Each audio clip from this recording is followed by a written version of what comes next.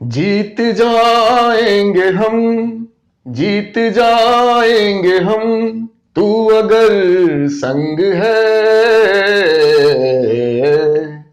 जिंदगी हर कदम एक नई जंग है। हेलो बच्चों, ये जो नेट का एग्जाम है ये हमारे लिए किसी जंग से कम नहीं है। और अगर किसी भी जंग को जीतना है तो उसका पहला कंडीशन होता है कि आपकी प्लानिंग कैसी है। अगर आपकी प्लानिंग सही होगी तो हम उस जंग को जीतेंगे। और नीट का जो जंग जीतना है इसकी प्लानिंग क्या करनी है ये पहले सुनिए। सबसे पहला जो आपका प्लानिंग होना चाहिए वो है कि जो भी टॉपिक आप पढ़ते हैं उस टॉपिक को आप अच्छे से पहले समझिए कि वो टॉपिक क्या है। आप एनसीईआरटी से उसको पढ़िए, मेरे वीडियोस देखिए, आपको जहां से भी लगता है आप उस टॉपिक को पहले अच्छे से कीजिए। जब टॉपिक हो जाए तो फिर एनसीईआरटी के सारे प्रॉब्लम्स, चाहे वो सॉल्व्ड हो अनसॉल्व्ड हो, इवन की एग्जाम्पलर जो एनसीईआरटी की आती है वहां से उसको कीजिए। तो एनसीईआरटी प्लस एग्जाम्पलर के आप प्रॉब्लम्स जो हैं आप इसको लगा सकते हैं। जब इतना हो जाए तो जो सबसे इंपॉर्टेंट है बच्चों उस चीज को आप सुनो गौर से। जो सबसे इंपॉर्टेंट है वो मेरा थर्ड मोस्ट इंपॉर्टेंट, वो है मेरा previous years questions paper. Question आपको करना पड़ेगा तभी जाके आप सही तरीके से सही डायरेक्शन में आप अपनी प्रिपरेशन को कर पाओगे। और इस नीट की जंग को हम तभी जीत पाएंगे जब हम अपनी तैयारी को, अपनी प्रिपरेशन को, अपनी प्लानिंग को प्रॉपर तरीके से करेंगे। टॉपिक्स को कीजिए, एनसीईआरटी को थॉरोली कीजिए, पूरे अच्छे से कीजिए। और जब वो हो जाए तो प्रीवियस ईयर्स को आप बनाना शुरू कीजिए। ये आपको काफी आइडिया देगा कि क्वेश्चंस का डेप्थ क्या होता है, कैसे क्वेश्चंस पूछते हैं और उनको आप कितनी देर में कितनी जल्दी आप सॉल्व कर सकते हो। ये सारा आइडिया जब आपको आएगा तभी आप इस नेट के जंग को जीत पाएंगे। और फोर्थ अगर मैं कहूं तो चौथा आप कह सकते हैं कि प्रैक्टिस सेट्स बनाइए। और प्रैक्टिस सेट्स में कोशिश कीजिए कि वो एक्चुअल पेपर्स हो तो ज्यादा बढ़िया रहेगा। नहीं तो अगर आप नीट की बात करते हो तो नीट के लिए क्या कीजिए कि आप जेई के जो पुराने क्वेश्चंस पेपर हैं, जेई मेंस के, एडवांस के नहीं, मेंस वाले, वो पुराने पेपर्स के फिजिक्स को आप बनाएंगे। तब देखेंगे कि आपको कितना बढ़िया ये आपका कंट्रोल होता है। ठीक है बच्चों, तो आज स्टार्ट करते हैं। जैसा आपको हेडिंग में दिख गया होगा कि हम नीट के 2010 यानी 2010 से लेके 2020 2020 तक के सारे प्रॉब्लम्स जो जेई में आपके नीट में आया है उसको आज हम करेंगे। और ऐसे नहीं करेंगे बस कर देंगे, उसको मैं एक एक स्टेप आपको समझाऊंगा कि कैसे उसको करना है, कैसे उसको अटेम्प्ट लेना है, क्या आपकी प्लानिंग होनी चाहिए। ठीक है बच्चों, चलिए स्टार्ट करते हैं।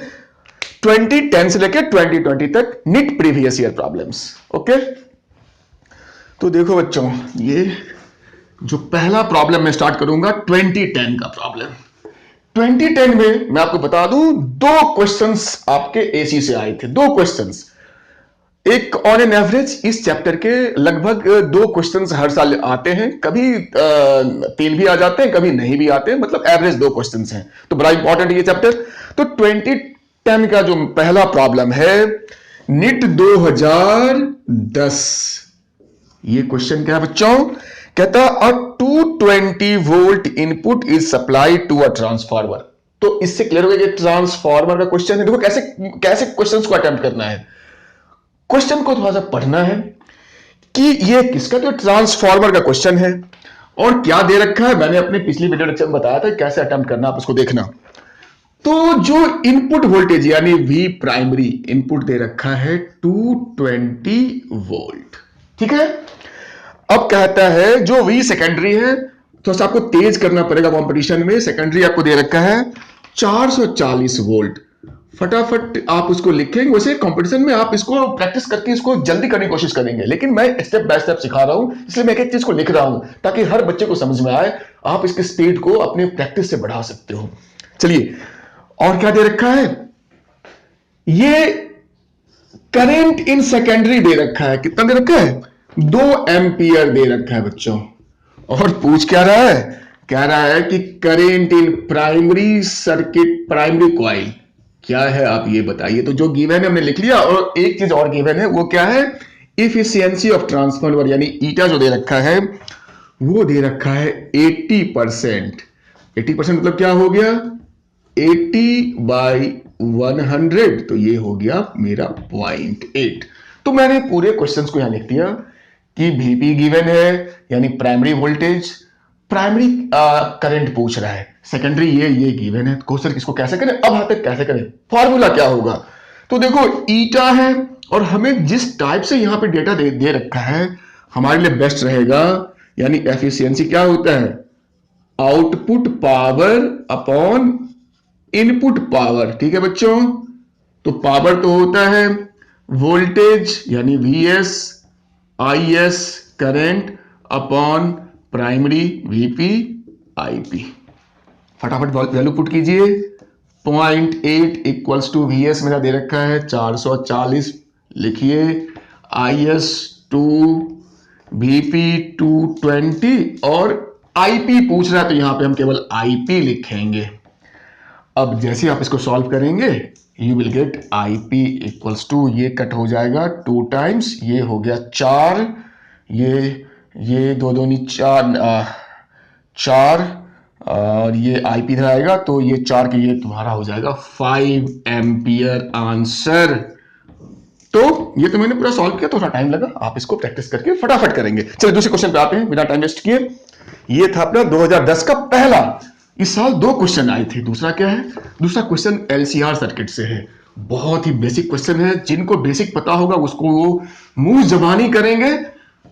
वो क्वेश्चन क्या है, इन्होंने एक सर्किट दे रखा क्वेश्चन में कि एक L C और एक R मेरा सर्किट है जिसको हमने AC सोर्स से जोड़ रखा है। बहुत अच्छा, AC सोर्स क्या है, 220 वोल्ट और 50 हर्ट्ज, ये तो लिखा ही रहता है, यानी जो फ्रीक्वेंसी 50 हर्ट्ज सप्लाई दे रखा है। अब इसमें देखो क्या क्या है बच्चों, कि जो मेरा वोल्टेज अक्रॉस जो मेरा इंडक्टर है जिसको आप VL लिखो, जो कैपेसिटर है उसको VC लिखेंगे और जो रेजिस्टर है उसको VR लिखेंगे। इनमें से ये दे रखा है 300 वोल्ट, ये है 300 वोल्ट, ये भी है, और ये हमें पता करना है कितना होगा। प्लस यहां पे उन्होंने एक एमीटर दे रखा है, यानी करंट भी बताना है कि सर्किट में क्या होगा। तो बहुत ज्यादा नहीं घबराना है, जिनको थोड़ा भी आइडिया है LCR सर्किट का, आप देखो कि जो मेरा VL और VC बराबर है तो थोड़ा वहां से आइडिया आएगा। मेरा VL इक्वल्स टू VC दे रखा है, तो VL को तो मैं लिख सकता हूं I इंटू XL और VC को I इंटू XC, चूंकि करंट तो सेम ही होगा, सीरीज में है तो I मेरा कट हो गया, तो this will give you XL equals to XC। अब बताओ ये कब होता है, जब आपका सर्किट रेजोनेंस में हो। रेजोनेंस में जब सर्किट होगा तभी ये कंडीशन होता है। तो हम कह सकते हैं कि ये जो मेरा प्रॉब्लम गिवन है ये रेजोनेंट LCR का प्रॉब्लम है, और अगर रेजोनेंट है तो मेरा जो टोटल इंपीडेंस यानी जो Z होगा वो मेरे R के बराबर हो जाएगा। देखो मैं बहुत डिटेल में करवा रहा हूं ताकि आपको समझ में आए, आपको प्रैक्टिस करके इसकी स्पीड बढ़ानी है। मुझे तो एक एक स्टेप समझाना है ताकि हर बच्चे को समझ में आए कि ये हमने कैसे इसको किया। ओके, तो इस सर्किट का Z अपना R हो गया, तो करंट तो जो कॉमन करंट होगा वो क्या होता है, V/Z ही होता है। V मेरा 220 वोल्ट और Z जो मेरा है वो मेरा R, और R इसमें गिवन है मेरा 100 ओम। क्वेश्चन आपको गिवन है तो यहां पे डाल देंगे 100, तो कट हो जाएगा, तो ये 2.2 एम्पियर आंसर आपका। द रीडिंग ऑफ एमीटर वो पूछ रहा था, वो आपका आ गया।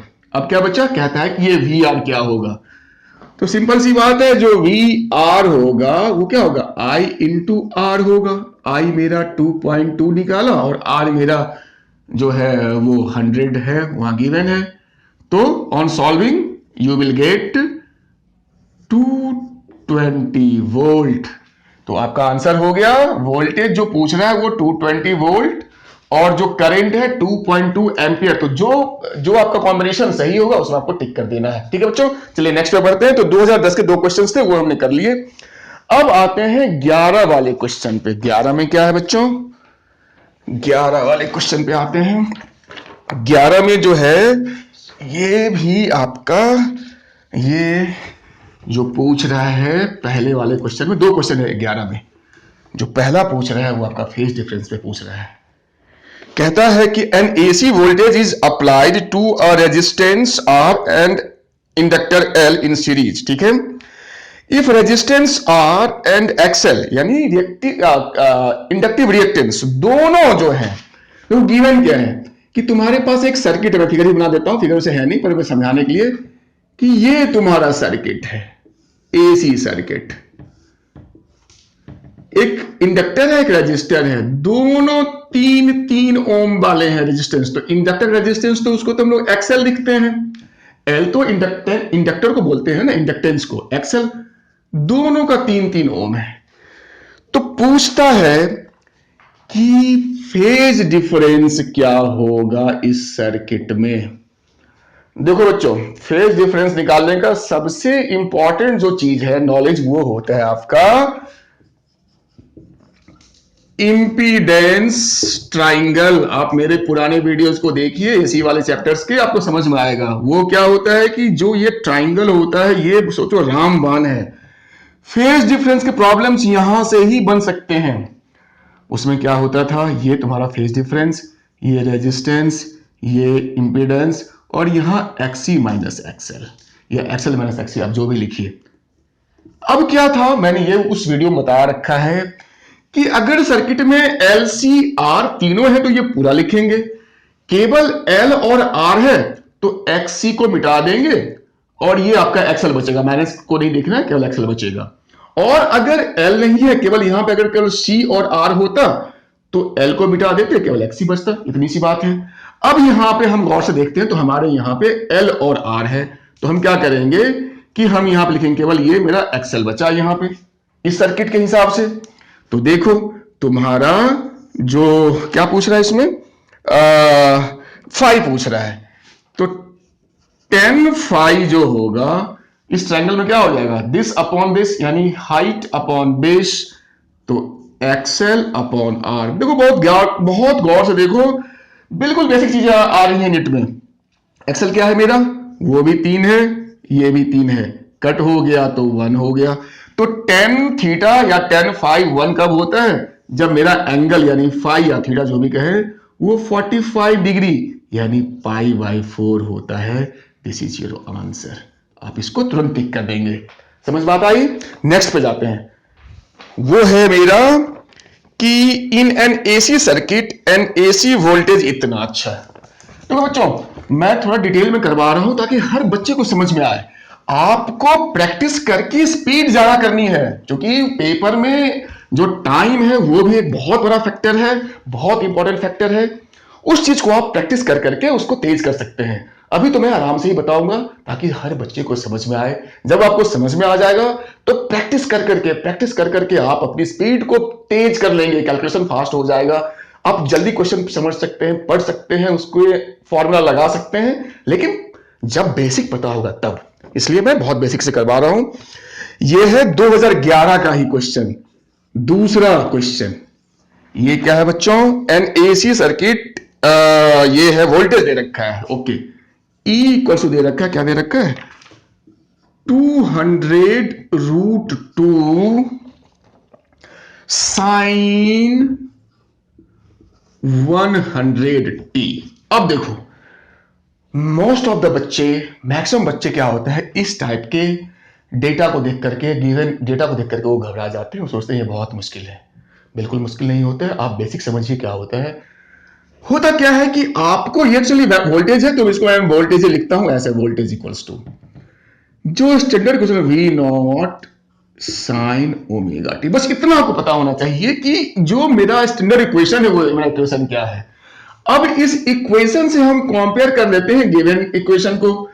तो देखो साइन से पहले मेरा ये है, यहां साइन से पहले ये है, मतलब मेरा V0 ये हो गया, और साइन के बाद और t से पहले यानी बीच में यहां पे मेरा ओमेगा है तो यहां भी देखो तुम्हारा 100 है। तो देखो कितना आसान हो जाता है जब हम चीजों को बहुत बेसिक लेवल पे समझते हैं। मतलब उन्होंने क्वेश्चन में उन्होंने सीधा नहीं देखा, उन्होंने एक क्वेश्चन के फॉर्म में आपको यह बताया है कि आपका जो मैक्सिमम वोल्टेज है, मैक्सिमम ईएमएफ है, यानी वी नॉट या वी एम, आप जो भी लिखिए, वी नॉट और वी एम एक ही चीज होता है, मैक्सिमम या पीक, वो मेरा जो है वो 200√2 दे रखा है वी नॉट की वैल्यू। इस क्वेश्चन से हमें ये निकालना है, वो हमें साफ साफ लिखा हुआ है, इसको समझेंगे तभी निकाल पाएंगे। और ओमेगा जो मेरा है वो दो कितना क्लियर अब दिख रहा है, वो मेरा 100 जो भी है रेडियन पर सेकंड जो भी है ये आपको दे रखा है। तो पूछ क्या रहा है, हाँ एक चीज और दे रखा है, सर्किट में मेरा जो है वो प्योर कैपेसिटिव सर्किट है, यानी सी दे रखा है, सी मेरा है 1 माइक्रोफराड यानी 10⁻⁻6 ये दे रखा है। करंट आरएमएस पूछ रहा है बस। तो देखो बच्चों, जो करंट होता है बचपन से पढ़ा है V/R होता है, ये तो सबको पता है। अब यहां के बाद जब कैपेसिटर्स वाला सर्किट है एसी में, तो इतना आपको पता होगा कि हम R तो लिख नहीं सकते हैं, तो क्या लिखेंगे, कैपेसिटर का जो रिएक्टेंस होता है, रेजिस्टेंस जो बोलेंगे वो XC होता है, तो लिखेंगे V/XC। ठीक है, अब लिखो V। अब आपको पता है जो XC होता है उसका फॉर्मूला होता है 1/C ओमेगा, ये आपको पता होना चाहिए। तो इसको जब प्रॉपर लिखेंगे तो C ओमेगा ऊपर चला जाएगा, तो VC ओमेगा। अब V है, अब देखो ये तो मेरा V नॉट है, तो V कितना हो जाएगा, तो V हो जाता है V0/√2। देखो मैं एक एक स्टेप लिखता हूं ताकि हर बच्चों को समझ में आए। तो V को मिलेगा V0/√2, C जो है मेरा मैंने उसको C ही लिखा और ओमेगा को मैंने ओमेगा ही लिखा। अब बस खाली वैल्यू पुट करना है, कहानी खत्म। तो 200√2/√2 देखो कितना बढ़िया दिया है, कट हो जाएगा ये। C 1 माइक्रोफैराड यानी 10⁻⁻6 लिखेंगे। ओमेगा मेरा कितना था, ओमेगा 100। अब देखिए √2 कट हो गया, 1 2 3 4 जीरो है, तो ये -6 है, तो इसमें 4 जीरो से अगर हम हटाएंगे तो इतना आपको पता होना चाहिए -2 बचेगा। तो यहां 2, तो फाइनली जो मेरा बचा यहां पे वो मेरा जो करंट बचा वो बचा 2 × 10⁻⁻²। ये भी आंसर है, पर आपका ऑप्शन में क्या दे रखा है तो उसके हिसाब से लिखेंगे। देखो अगर मैं इसको 20 लिख दूं तो ये 10⁻⁻3 लिखेंगे, तो ये हो गया 10⁻⁻3 है, यानी milli ampere. This is your answer. बस ठीक है बच्चों, एकदम समझिए, टेंशन नहीं लेना है, अच्छे से समझ के प्रॉब्लम्स को करना है। शुरू में आप आराम से करेंगे, जब आपकी प्रैक्टिस स्पीड बढ़ जाएगी तब जाके आपका वहां पे जो टाइम मैनेज होता है वो भी एक बहुत बड़ा फैक्टर होता है इन सब एग्जाम्स में। कहा जंग है ये, जंग को जीतने के लिए आपकी प्लानिंग, आपकी प्रैक्टिस, जितना आप पसीना बहाएंगे अपनी प्रैक्टिस में उतना ही कम आपका, वहां कहते हैं ना the more you sweat in peace the less you bleed in war, यानी पेपर में आप उतना ही कंफर्टेबल रहेंगे। अगर आप घर पे प्रैक्टिस करके जाएंगे तो वहां पे कंफर्टेबल रहेंगे। अगर घर पे प्रैक्टिस की कमी होगी, यानी आपका पसीना कम बहा होगा, तो कहते हैं ना वहां पे खून बहता है, मतलब वहां पे बहुत प्रॉब्लम होती है। इसलिए घर पे पसीना बहाइए जिससे कि वॉर आप जीत सकें, इस जंग को आप जीत सकें। तो 11 हो गया बच्चों। अब आते हैं 2012 पे। थोड़ा तेज भी करवा रहा हूं, स्लो तो नहीं ही है, थोड़ा सा आप इसको पेशेंस के साथ देखिए। 2012 में क्या है, 2012 का जो प्रॉब्लम बच्चों, वो प्रॉब्लम 2012 का प्रॉब्लम क्या था बच्चों, एक सेकेंड। 2012 वाली प्रॉब्लम जो है वो कहता है in an electrical circuit LCR circuit. अच्छा, ये प्रॉब्लम देखो मैं आपको फिगर समझा देता हूं। बहुत अच्छा, बहुत आसान। बच्चों ने इसको बिल्कुल नहीं किया, बहुत बच्चे तो इसको छोड़ के आ गए, पर देखो कितना आसान है।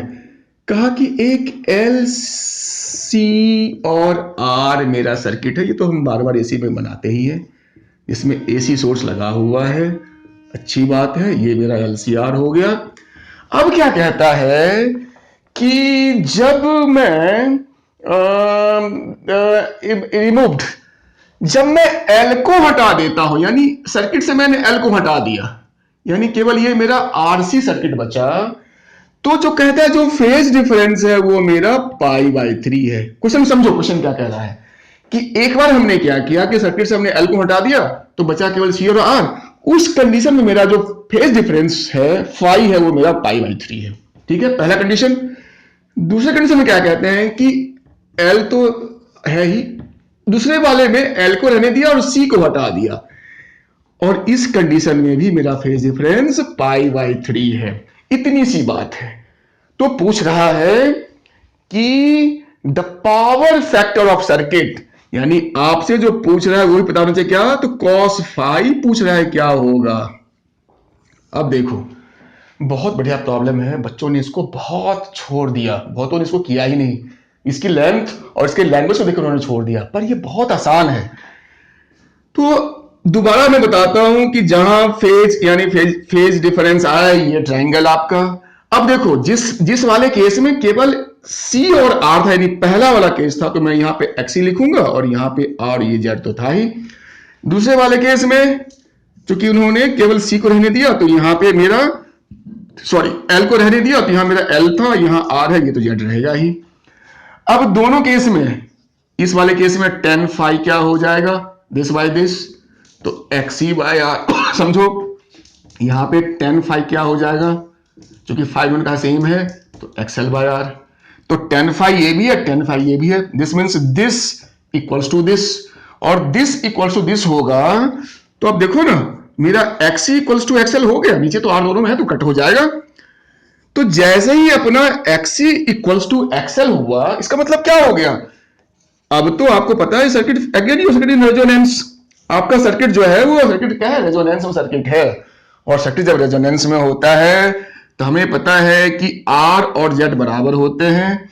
आप वैसे भी कह सकते हो कि cos फाई 1 होता है, इतना तो आपको प्रैक्टिस है। नहीं तो cos फाई का फॉर्मूला जो है आप वो लिखो ना, power factor equals to R by Z होता है। दोनों मेरे आर हो गए यानी 1 हो गए, तो तुम्हारा जो आंसर है वो आ गया 1। आप तुरंत उसको टिक कर दीजिए। देखा, प्रॉब्लम को पहले समझना है, कितना आसान था ना, इसको कोई बड़ा कैलकुलेशन था, कुछ भी था, प्रॉपर तरीके से हमने किया तो हमने इसको फटाफट कर लिया बच्चों।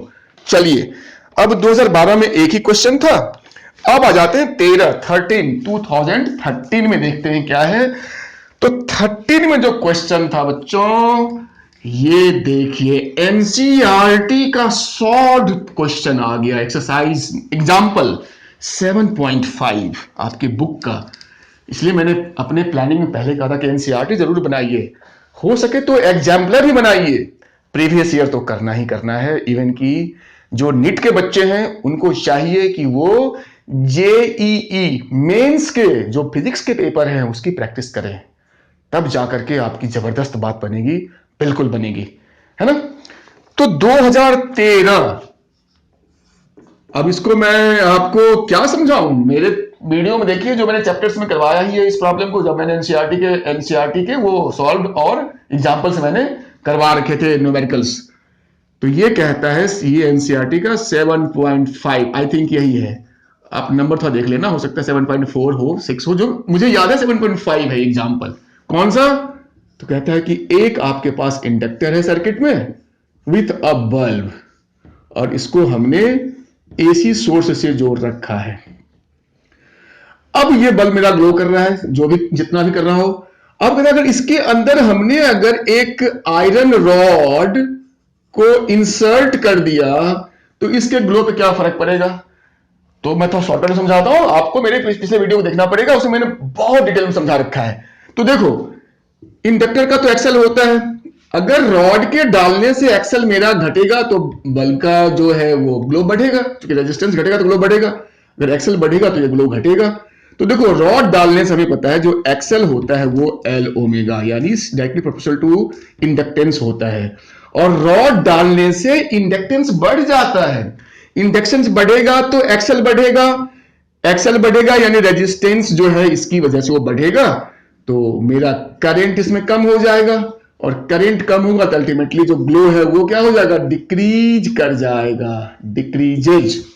तो यही क्वेश्चन 2013 का था कि ब्राइटनेस विल डिक्रीज व्हेन, तो इसमें ऑप्शन क्या था, आयरन रॉड इज इंसर्टेड। तो आंसर क्या लिखना है, डिक्रीज्ड मतलब ये तो क्वेश्चन का पार्ट था, तो iron rod is inserted in inductor. ठीक है बच्चों, तो देखो एनसीईआरटी का डायरेक्ट क्वेश्चन आया है 2013 में। अब हम आ जाते हैं 14 पे। 2014 इसमें क्या है बच्चों, ट्रांसफार्मर का क्वेश्चन आ गया। ये फिर ट्रांसफार्मर का अभी आपके 2010 में आया था, मैंने स्टार्ट ही उसी से किया था, और ऑलमोस्ट सेम क्वेश्चन है, थोड़ा सा फर्क है, बिल्कुल वही क्वेश्चन आ रहा है, यानी ट्रांसफार्मर क्वेश्चन आ रहे हैं नेट में और बहुत आसान। गिवन क्या है पहले वो लिख लेता हूं, एफिशिएंसी 90%, फटाफट लिखिएगा, 90 अपॉन 100 चूंकि परसेंट है तो ये 0.9 एफिशिएंसी आ गई। Working on 200 volt, working on यानी इनपुट वोल्टेज यानी वीपी 200 वोल्ट, चीजों को एकदम प्रॉपर लिखना चाहिए। एंड 3 किलो वॉट पावर, तो बिल्कुल सही बात है कि जो पावर इनपुट है वो मेरा 3 किलो वॉट यानी 3000 वॉट हो गया। If current in the secondary coil is, अब देखो करेंट सेकेंडरी का आईएस दे रखा है, कितना दे रखा है 6 एम्पियर। देन हमें पता करना है कि वोल्टेज सेकेंडरी में क्या होगा और प्राइमरी का करंट क्या होगा, यानी दो चीज मांग रहा है, प्राइमरी का करंट मांग रहा है और सेकेंडरी का वोल्टेज मांग रहा है।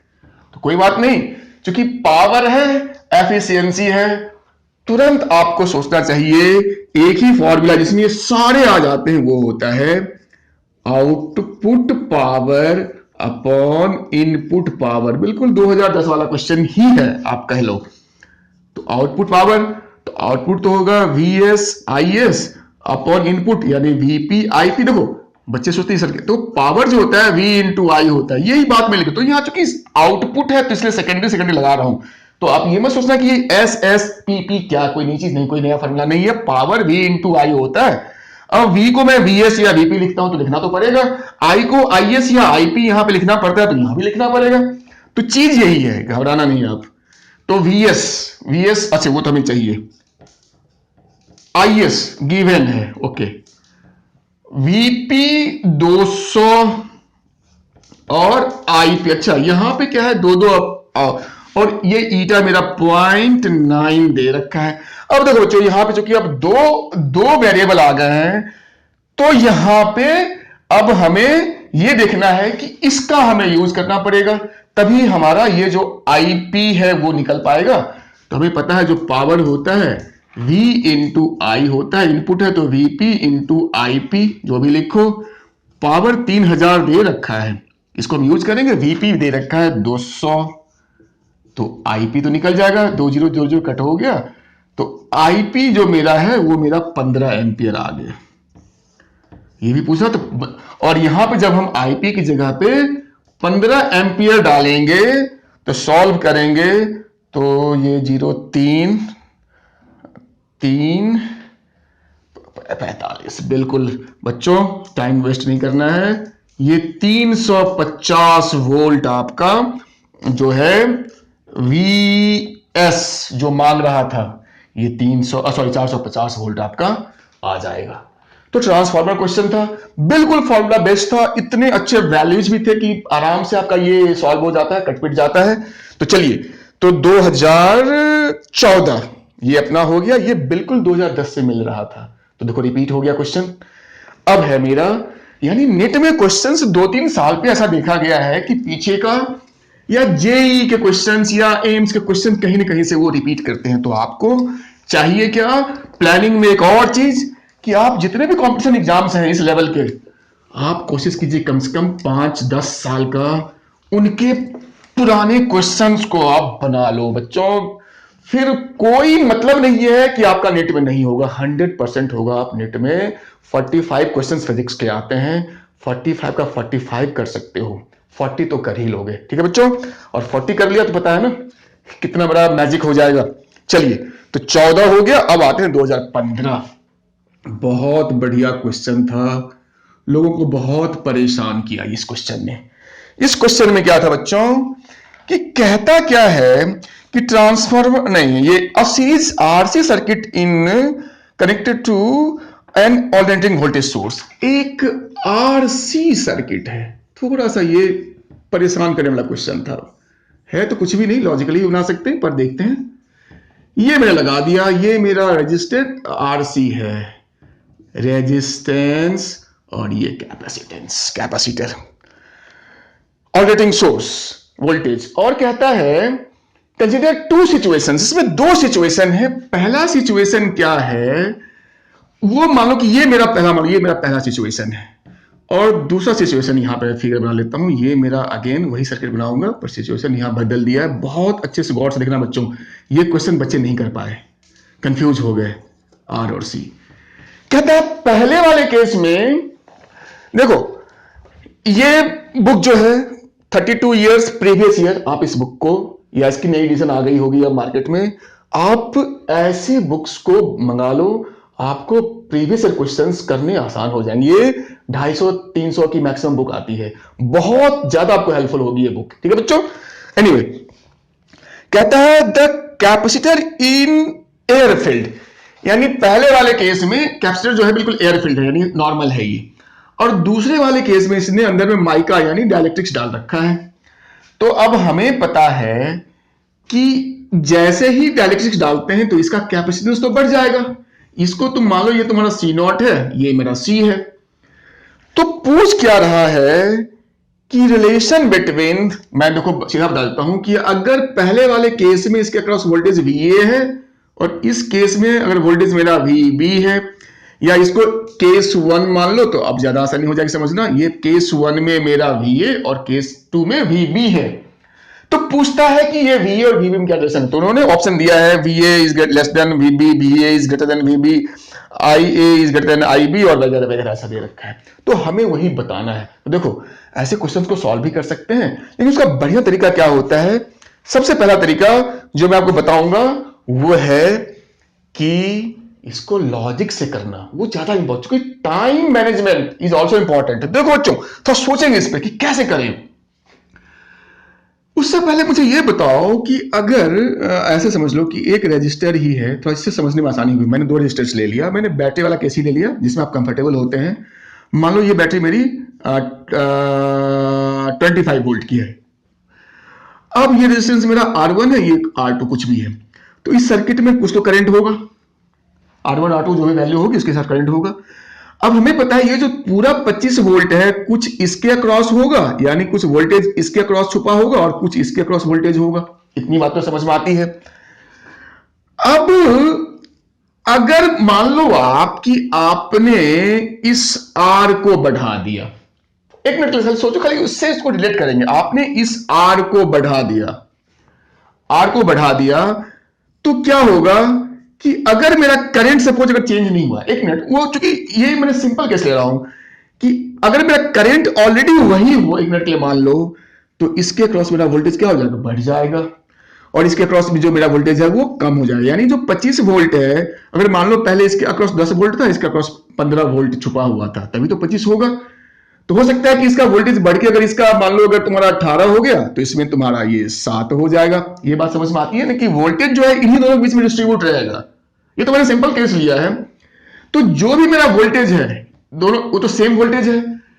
अगर इसके अक्रॉस वोल्टेज बढ़ेगा तो इसका अक्रॉस कम होगा, इसके अक्रॉस कम होगा तो इसका, ये चीज हमें ध्यान रखना है। ये बहुत जबरदस्त आइडिया है।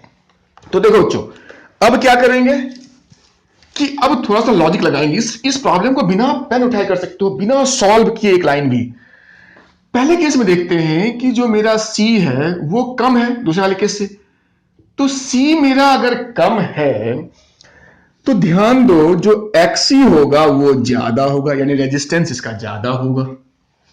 इसका रेजिस्टेंस क्या होगा, ज्यादा होगा। इसका रेजिस्टेंस ज्यादा होगा तो क्या होगा कि सर्किट में जो है करंट कम होगा। सर्किट में क्या होगा, करंट कम होगा, क्योंकि देखो R तो फिक्स है, ये तो जो है वो है। और इस वाले केस में जो मेरा XC है वो ज्यादा होगा इस वाले केस से। तो इसमें जब मेरा करंट जो है, जब मेरा देखो C मेरा कम होगा तो XC क्या है मेरा, XC मेरा ज्यादा होगा। XC ज्यादा होगा तो इसमें करंट मेरा कम होगा। करंट कम होगा तो खाली अब आपको यहां पे फोकस करना है। तो इसके अक्रॉस जो वोल्टेज है वो वोल्टेज मेरा पहले वाले केस में कम होगा और इसके क्रॉस जो है वोल्टेज है दूसरे वाले केस में, क्योंकि यहां पे जैसे ही हम डायलेक्ट्रिक्स डालेंगे मेरा C बढ़ जाएगा, C बढ़ेगा तो मेरा XC कम हो जाएगा, R तो फिक्स है मेरा, तो ये मेरा करंट जो है मेरा करंट बढ़ जाएगा, ये करंट बढ़ेगा तो चूंकि R मेरा फिक्स है तो इसके अक्रॉस जो वोल्टेज है वो इस वाले केस से वोल्टेज ज्यादा हो जाएगा, इस वाले केस से वोल्टेज। तो मैंने कहा जो भी वोल्टेज है टोटल वो इन दोनों के बीच ही मैनेज करना है, तो अगर इसका वोल्टेज बढ़ गया तो VV क्या हो जाएगा, VV मेरा कम हो जाएगा, और इसमें चूंकि मेरा वोल्टेज इसके क्रॉस कम था, चूंकि करंट मेरा कम था तो ये मेरा क्या हो जाएगा, ज्यादा हो जाएगा, मोर हो जाएगा। तो you can write VA will be greater than VB। बिना आपने पेन पेपर उठाए अपने कंसेप्ट को यूज करके आप इस प्रॉब्लम को कर सकते हो, और ये बेस्ट तरीका होता है। टाइम भी तो देखना होता है आपको नेट में या इस टाइप के एग्जाम्स में, वहां टाइम बहुत इंपॉर्टेंट है। मैंने समझाया आपको इसलिए मुझे टाइम लगा एक एक चीज को, लेकिन जब आप इसको प्रैक्टिस कर लोगे खुद तो आपको लगेगा कि ये मैं चुटकी में कर सकता हूं अगर मेरा कंसेप्ट बहुत अच्छा है इन सब चीजों का। तो ये तरीका है। वैसे अगर आप इसको सॉल्व करना चाहेंगे तो इसका तरीका क्या होता है कि देखो, वैसे जरूरत नहीं है, वहां आप करोगे तो आपका काफी टाइम ये किल कर देगा ये तरीका, लेकिन फिर भी मैं कोशिश करता हूं उससे एक बार करने की। वैसे मैं कभी नहीं कहूंगा, आई विल नेवर सजेस्ट कि आप इस तरीके को छोड़ करके जो मैं अभी करवा रहा हूं उसको करो। देखो जो XC होता है ये मेरा 1/C ओमेगा होता है। अब मेरा जो करंट हो जाएगा सर्किट में वो मेरा क्या हो जाएगा, V/R, तो इसमें तो इंपेडेंस V/Z हो जाएगा। तो V को मैंने V लिखा और Z को मैंने लिखा, ये सर्किट में जो मेरा Z हो जाएगा वो हो जाएगा मेरा √R² प्लस XC का होल स्क्वायर। सॉल्व करो। देखो बोर्ड वो एग्जाम में आपके पास इतना टाइम नहीं होता, आप इतना कर सकते हो, फिर भी मेरा काम है बताना। ये हो गया, XC को लिखेंगे 1/C² ओमेगा स्क्वायर। सॉल्व करो तो देखो एलसीएम, नीचे पहले एलसीएम ले लेते हैं। एलसीएम मेरा अंडर रूट में यहां पे लिख लेते हैं, ये मेरा हो जाएगा C² ओमेगा स्क्वायर, यहां R², यहां आ जाएगा तो ये C² ओमेगा स्क्वायर प्लस 1, और ऊपर तो मेरा वही था ही, देख लो। तो अब ये under root C² omega square ऊपर जाएगा तो मेरा सीधा हो जाएगा C ओमेगा। ठीक है बच्चों, तो ये मेरा करंट हो गया उस सर्किट में। तो वोल्टेज अक्रॉस C क्या होगा, तो I इंटू R तो लिखते नहीं है, C है तो लिख I इंटू XC, तो I मेरा आ गया VC omega upon R² C² omega square plus 1, और इंटू XC है तो XC तो होता है 1/C ओमेगा, कट हो गया। अब देखो आपका क्या बचा, VC जो बचा मेरा, अगर आप देखो इक्वेशन से तो VC is inversely proportional to 1/√C² है, तो उसको C² लिखो, मतलब पूरा तो है पर आप केवल C को देखोगे, तो यानी C बढ़ने से वोल्टेज कम होता है। तो दूसरे वाले केस में जब हमने उसके अंदर डायलेक्ट्रिक्स डाला था तो यानी जो मेरा C था बढ़ गया तो उसको मैंने VB माना था। पहले वाले केस में मेरा डायलेक्ट्रिक्स नहीं था यहाँ पे, तो ये मेरा VA था, तो C बढ़ा था इसमें तो ये कम होगा, तो ये मेरा ठीक है। तो मैथमेटिकली भी देख लिया बच्चों, दोनों आपको मैंने बता दिया, पर मैं फिर कहूंगा जो मेरा पहला तरीका था वो टाइम सेविंग है, स्मार्ट तरीका है, लेकिन आपकी प्रैक्टिस होनी चाहिए और सब्जेक्ट पे, उस टॉपिक पे आपका कंट्रोल जितना ज्यादा होगा आप इस टाइप से स्मार्ट तरीके से प्रॉब्लम्स को उतनी ही अच्छे से कर सकते हैं। ओके, अब है मेरा ये कौन सा था बच्चों, 15 का। तो 15 का मैंने पहला करवा दिया। अब 15 में मैंने कहा था कि 2 क्वेश्चंस थे, एक तो अपना हो गया, जो दूसरा है वो बड़ा ही अच्छा प्रॉब्लम ये भी था। 15 दोनों क्वेश्चन अच्छे थे, और 15 में आपको बता दूं 15 में थोड़ा सा नेट के साथ प्रॉब्लम हो गई थी। उस साल पेपर लीक हो गया था, कुछ गड़बड़ हुई थी, 2 बार पेपर हुए थे, तो हो सकता है ये क्वेश्चन एक जो मैंने करवाया है ये पेपर 2 में आया होगा दूसरी बार में, और जो अभी करवाऊंगा ये पहले बार जो पेपर हुआ था उसमें आया होगा। तो 2015 का प्रॉब्लम जो उन्होंने पहली बार पूछा था, जिस पेपर में प्रॉब्लम हुई थी, इसलिए दोबारा एग्जाम लेना पड़ा था नेट को। Resistance R drawn power P when connected to an AC circuit if the inductor। देखो ये बहुत बड़ा क्वेश्चन था, ये क्वेश्चन बच्चे से नहीं बनता है, नहीं बनता है, मैं बता रहा हूं। इसलिए आप गौर से देखेंगे कि मैं इसको कैसे अप्रोच करता हूं, उससे सीखिए। कहता है कि एक रेजिस्टर है, उसको हमने एसी सर्किट जोड़ रखा, प्योर रेजिस्टर है। तो कहता है जो पावर है सर्किट में वो इन्होंने उसको बोला है, वो मेरा पावर जो है मेरा पावर जो है मेरा P है ना। If an inductor is now placed in series with the resistance. अब केस नंबर 2, पावर उन्होंने कहा P है, और केस नंबर 2 एक रजिस्टर, तो ये रजिस्टर है, कहा रजिस्टर तो मेरा था ही, साथ में कि इंडक्टर को भी जोड़ दिया, कहा जोड़ दिया, अच्छी बात है, सोर्स वही है रजिस्टर और ये मेरा इंडक्टर।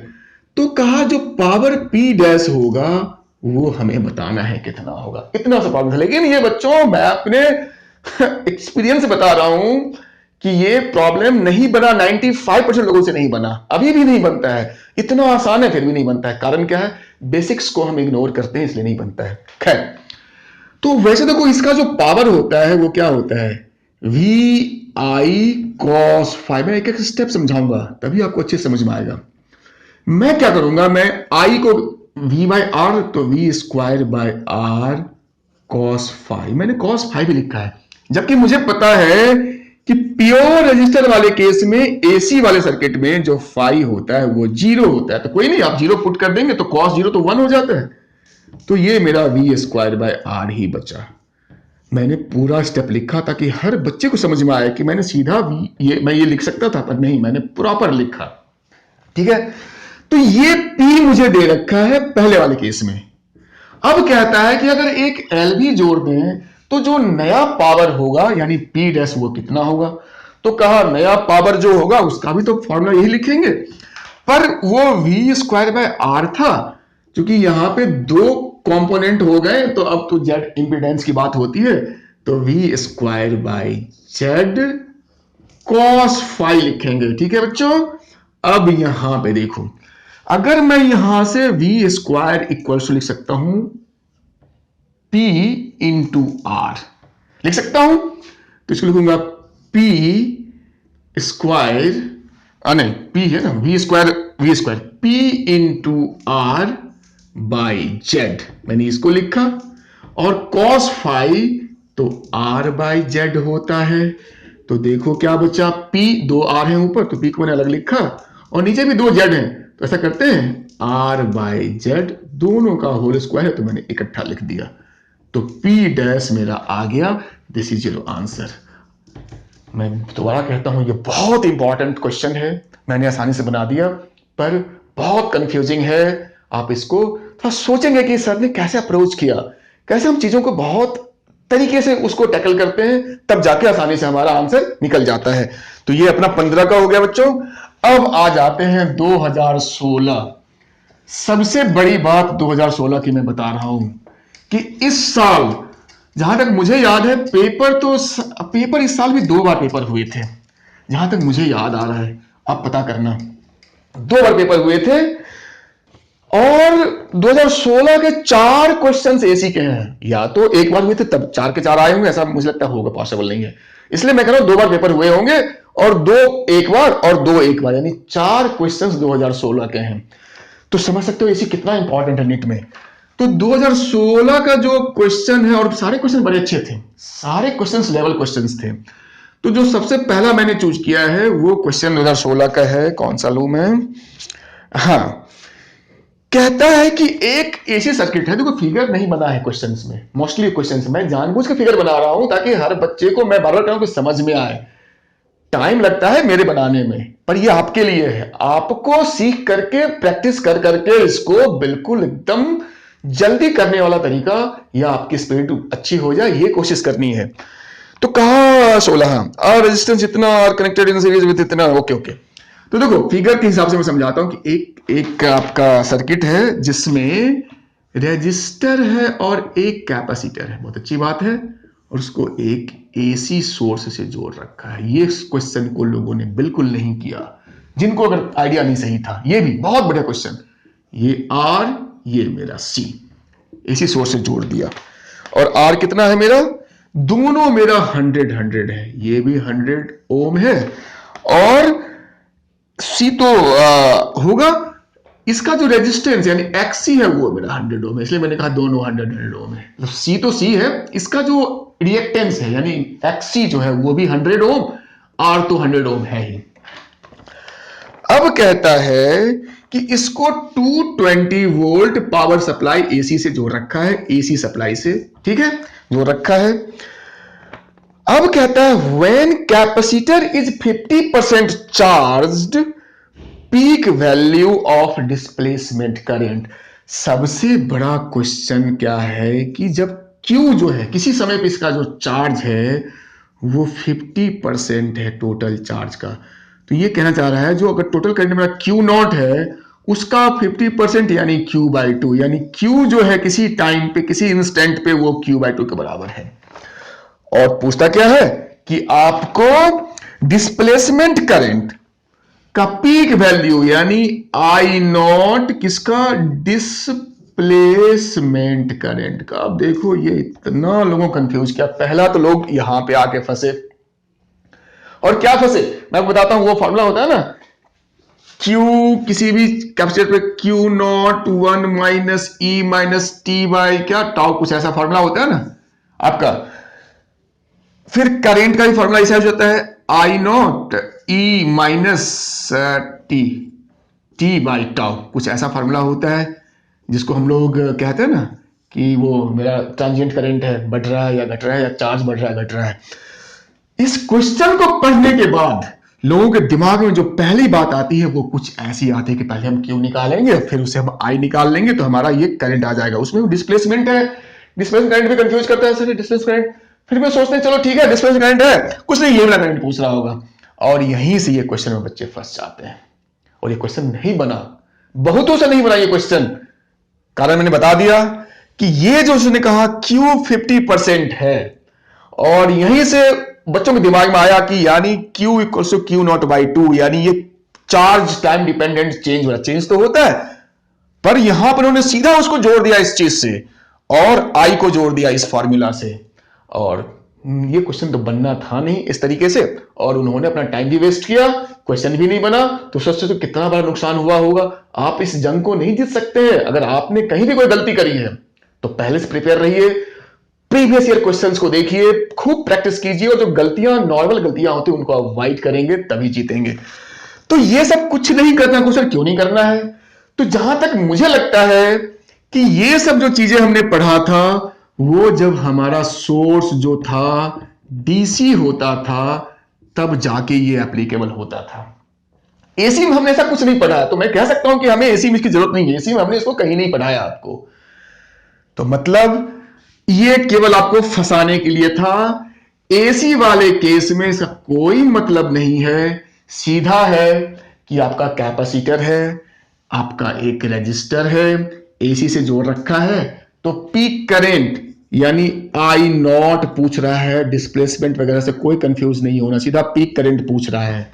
तो कहां से अब तो बन जाएगा आई जो होता है वो V बाई आर, तो यहां तो Z लिखेंगे क्योंकि दो कंपोनेंट है, जहां भी 2 या 3 कंपोनेंट हम उसको इंपेडेंस लिखना पड़ता है। तो V गिवन है एसी का, Z निकाल लेंगे और I निकलेगा और फिर I नॉट भी निकल जाएगा। तो देखिए मैं Z निकालता हूं, Z इक्वल टू क्या हो जाएगा, under root R square plus इसका तो एक्स ही है तो एक्स स्क्वायर, तो सॉल्व करो क्या हो जाएगा 100 का स्क्वायर प्लस 100 का स्क्वायर, तो ये हो जाएगा सीधा 2, 100 का स्क्वायर है तो अंडर रूट 2 इंटू 100, सीधा आपका जेड हो गया, खत्म कहानी। तो यहां पे पुट कर दो, तो v मेरा 220 है और z मेरा हो गया अंडर रूट 2 इंटू 100, तो ये मेरा 1 0 0 कट हो गया, तो ये मेरा हो गया 2.2 बाय रूट 2। तो आई नॉट जब निकालेंगे तो इसमें रूट 2 मल्टीप्लाई कर देंगे, यही मैं कर देता हूं, रूट 2 कर देंगे तो ये रूट 2 कट हो गया और ये 10 था नीचे तो 2.2, तो मेरा जो पीक करंट आई नॉट है वो 2.2 एम्पियर, यही आपका आंसर है। इस क्वेश्चन को मैंने कर तो दिया, पर आप ये मत देखो मैंने कितनी आसानी से किया, आप ये समझो कि आपको इस चीज में नहीं फंसना है। मोस्ट ऑफ द बच्चे यहीं पे आके फंस गए, इधर तो उन्होंने सोचा ही नहीं। जैसे उन्होंने देखा Q equals to Q naught by 2, ये आपको, this is called your fishing, आपको फंसाने के लिए नेट वालों ने, कि आपका दिमाग काम कर, आपके पास IQ है कि नहीं, वो उन्होंने चेक किया इस वाले वैल्यू से।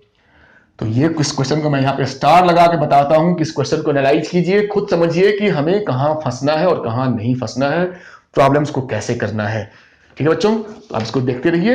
अब मैं आता हूं 16 के दूसरे प्रॉब्लम पे। मैंने पहले कहा था 4 क्वेश्चन हैं 2016 के, तो दूसरा प्रॉब्लम जो है वो भी बहुत कुछ आपको सिखाएगा एसी का।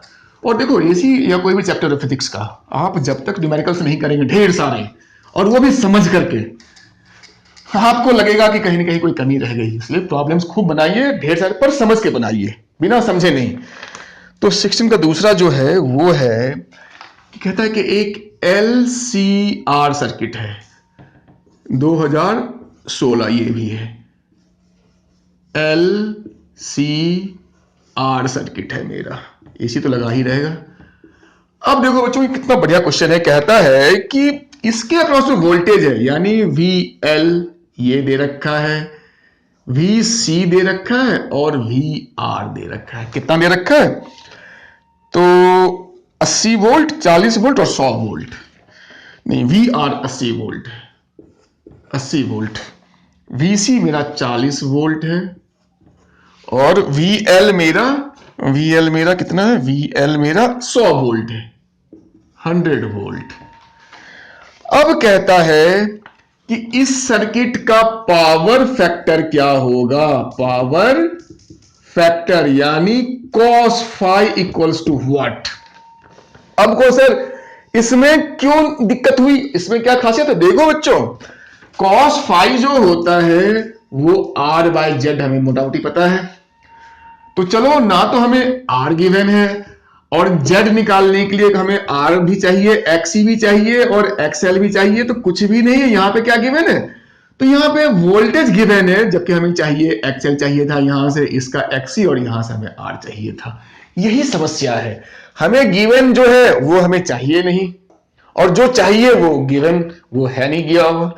अब हमें यहीं से अपनी खिचड़ी पकानी है, हमें यहां से अपने इन तीनों चीज को निकालना पड़ेगा, तभी आपका ये प्रॉब्लम बनेगा। क्योंकि cos phi के लिए R चाहिए और Z चाहिए, Z में तीनों चाहिए, R भी, XC भी और XL भी। ठीक है बच्चों, देखो कैसे प्लानिंग करते हैं। तो समझ में आया कि क्वेश्चन क्या है, क्या उन्होंने दिया है और ये पूछ क्या रहे हैं, और उस पूछने में हमें चाहिए क्या। ठीक है, अब देखो इसका ट्रिक क्या है। हम ऐसा लिख सकते हैं, क्या लिखेंगे? जो cos phi होता है, सीधा लिखता हूं, वो होता है मेरा R बाई जेड। देखो क्या ट्रिक है इसका। अब R को आप यहीं R रहने दो और Z को, इसका जो फॉर्मूला होता है वो लिख दो, R square XC minus XL का होल स्क्वायर लिख सकते हैं। अब क्या कर सकते हैं कि हम ऊपर नीचे करंट से मल्टीप्लाई कर सकते, क्योंकि सीरीज सर्किट है तो करंट तो सेम ही होगा। तो मैंने I ऊपर और I नीचे मल्टीप्लाई कर दिया। अब जैसे ही मैंने मल्टीप्लाई किया ऊपर नीचे, तो I इंटू R, ये तो मेरा VR हो गया, यानी ये वाली चीज हो गई। और अंदर देखो बच्चों, तो मैं शॉर्टकट कर देता हूं आपको समझ, ये I को जब हम अंदर ले जाएंगे तो इसके साथ भी अटैच हो जाएगा, तो I स्क्वायर R स्क्वायर, यहां भी I आ जाएगा, यहां भी आ जाएगा। तो देखो ये तो मेरा हो गया VR square plus VC minus VL हो गया ये, और स्क्वायर। अब अपना काम हो गया। हमने क्या किया कि थोड़ा सा दिमाग लगा करके हमने इसको जो चीज गिवन था उसमें कन्वर्ट कर लिया। अब तो इसमें कुछ नहीं बचा। कैसे नहीं कुछ बचा? तो VR कितना है? 80 वोल्ट लिखो, अंडर रूट VR का स्क्वायर यानी 80 square plus VC minus VL, तो VC माइनस VL तो ये 40 100 यानी 60, और ये माइनस का स्क्वायर है तो कोई फर्क नहीं पड़ेगा, तो ये सीधा होगा तुम्हारा 60 का स्क्वायर, माइनस है तो भी तो स्क्वायर करने में तो वही बात होगी, तो हमने लिख दिया। अब ये अपना हो गया। आप चाहो तो कंफ्यूजन किसी को हो रहा तो चलो मैं ऐसे लिख देता हूं, अब सही है, स्क्वायर करने की बात तो वही होगी, फिर भी मैंने लिख दिया। अब ये मेरा हो गया बच्चों 80 अपॉन 64 यानी 6400 प्लस 36 3600, तो ये हो गया 80 अपॉन 64 36 यानी 10,000 अंडर रूट 1 2 3 4 जीरो। तो देखो जब रूट से बाहर निकलेगा तो 2 जीरो यानी 100 बचेगा, 0 0 कट हो गया, 8/10 तो 0.8 और यही आपका आंसर हो गया। ठीक है, तो मजा आया कि ये प्रॉब्लम कितना हमें देखो वैसे देख के तो बड़ा आसान लगा होगा, लेकिन जैसे आप इसको सॉल्व करने की कोशिश करेंगे अरे ये तो VL है हमें चाहिए, VXL चाहिए, ये तो VC है हमें XC चाहिए, ये तो VR है हमें तो R केवल चाहिए था। तो फिर जाके आप कहेंगे क्या, अरे यार मैंने अपना टाइम भी वेस्ट कर लिया और ये जो चाहिए वो तो मेरा निकल नहीं रहा गिवन जो है। तो वहां पे क्या है कि आपका जो प्रैक्टिस है उस प्रैक्टिस आपको ये इतना सिखाएगा कि कैसे अप्रोच करना है इस वाले केस में।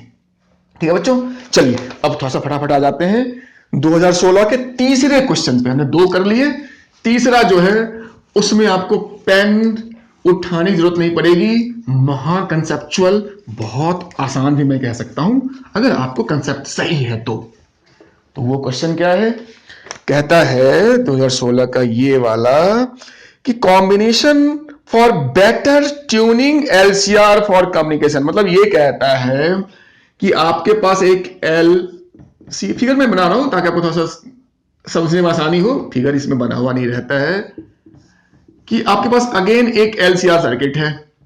अब कहता है कि L की वैल्यू क्या, C का वैल्यू क्या, R का वैल्यू क्या लें, वो ऑप्शन दे रखा है ABCD में, सबका वैल्यू अलग अलग दे रखा है, उसमें से आपको बेस्ट कॉम्बिनेशन चुनना है। किसके लिए, तो ट्यूनिंग करनी है। देखो यहां से हिंट मिलेगा, ट्यूनिंग करनी है कम्युनिकेशन सिस्टम यानी क्या, कुछ नहीं, रेडियो वगैरह हो सकता है, रेडियो हो सकता है, टीवी हो सकता है, कुछ भी हो सकता है, वॉकी टॉकी हो सकता है, जहां पे ट्यूनिंग की जरूरत पड़ती है।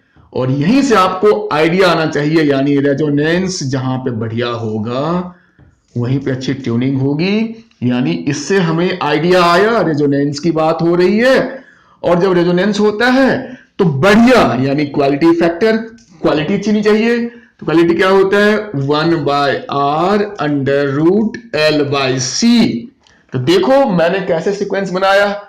अब नहीं आपको अगर आइडिया है, आपने प्रैक्टिस नहीं किया है, आपने टॉपिक को ठीक से नहीं समझा है, तो फिर ऐसे प्रॉब्लम्स आपको बहुत परेशान करेंगे। और आपने अगर अच्छे से पढ़ा है तो क्या करेंगे, सर्किट को पहले दिमाग बिठाएंगे कि सर्किट क्या है, उसमें से कीवर्ड्स को छांटेंगे। अच्छा ट्यूनिंग पूछ रहा है तो तुरंत दिमाग एक अच्छा रेजोनेंस की बात कर रहा होगा, या कह सकते हैं कि वो क्वालिटी बेस्ट बढ़िया यानी क्वालिटी अच्छी, तो क्वालिटी फैक्टर, तो जितना ज्यादा क्यू का वैल्यू होगा तो उतना अच्छा ट्यूनिंग। तो क्यू बढ़िया कब होगा, यानी L ज्यादा होगा जिस कॉम्बिनेशन में, या R और C चूंकि दोनों नीचे हैं तो ये दोनों का कम जितना होगा आपके ऑप्शन में वही आपका ऑप्शन होगा। तो आप देखिए आपके ऑप्शन में कि जिसमें सबसे ज्यादा L हो और R और C जो कम वाले हो वही आपका आंसर होगा।